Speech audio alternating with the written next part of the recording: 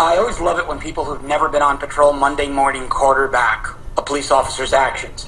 So let's start. Was the guy a bit high-strung? Yeah. Well, this was a chaotic incident. Multiple 911 calls from homeowner due-paying residents saying these kids were acting in a fashion that was threatening. These kids were jumping over fences, trashing their vehicles, jumping into the pool, completely unhinged. The cops show up.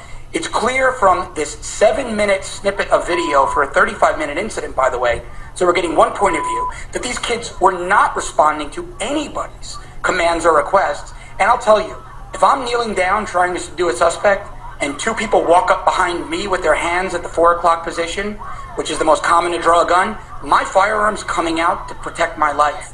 I had no problem with him drawing his gun.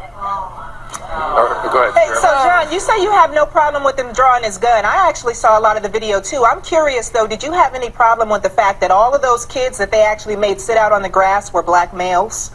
In a very diverse. No, we do know that. We don't know that. That was in that clip. Edited video. In all of the video. In all of the video. Hold on, exactly. In all of the video. 35 minutes? In all of the video. About 25 of it. Okay. No. 7 minutes. And there's another video that the media is not disseminating of the girl who threw the party ripping the hair out of the head of a white resident. That is being so where was she? disregarded. Why was she not the one being pinned down on the ground then? If that's the real issue. Because, hold on, you don't know that. Here it is. It's a silly video. You don't know that because you got one point of view. Well, then we have that video we're looking at right now.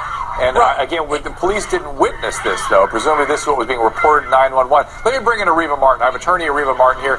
Areva, how do we make sense of all this? I mean, there's differing points of view. There's a lot of disturbing video. There's no doubt about it's disturbing video. It's almost impossible to look at him. And of all the people for him to pick at, the poor, I mean, it's kind of, I just don't think there's any defense to this, Dr. Drew. We've been so focused in this country around these shooting cases and individuals who've been killed by the police, but we have to roll it back and look at these encounters with police that don't end in anyone dying. But they Areva, can be equally problematic as this video is. Let me be devil's advocate for a second. If 80% of those kids, there were a couple of them sitting down alive, but if 80 or 85% of them just laid down or stood still or did what they were supposed to do, the whole thing would have stopped, but right? That's his job, Dr. Drew. He's the trained professional. He is supposed to show up on the scene and de-escalate the situation. A lot of those kids are running because the police is cursing. Did everyone hear those profanities? Let me go back out to law enforcement. John, what do you say to this?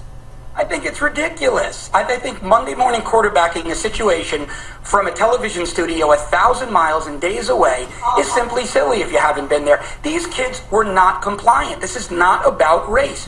This community is almost identically mirrors the demographic makeup of the U.S. It's about 10% black, 20% Hispanic, 70% white. Black and Hispanic residents are among those calling 911. Are they not allowed to live peacefully simply because the offenders are black? But Should we John, now give passes to right? trespassers? But listen, it's ridiculous. But in no way, shape, or form do I want you to think that we are downplaying the fact that police officers put themselves in volatile situations and risk their lives every day that we are so grateful for.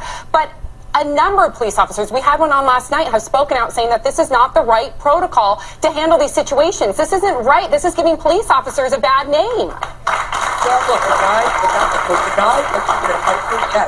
do I think a guy's entire career should be ruined simply because of one 7-minute video where his chief throws him under the bus? No, that's ridiculous.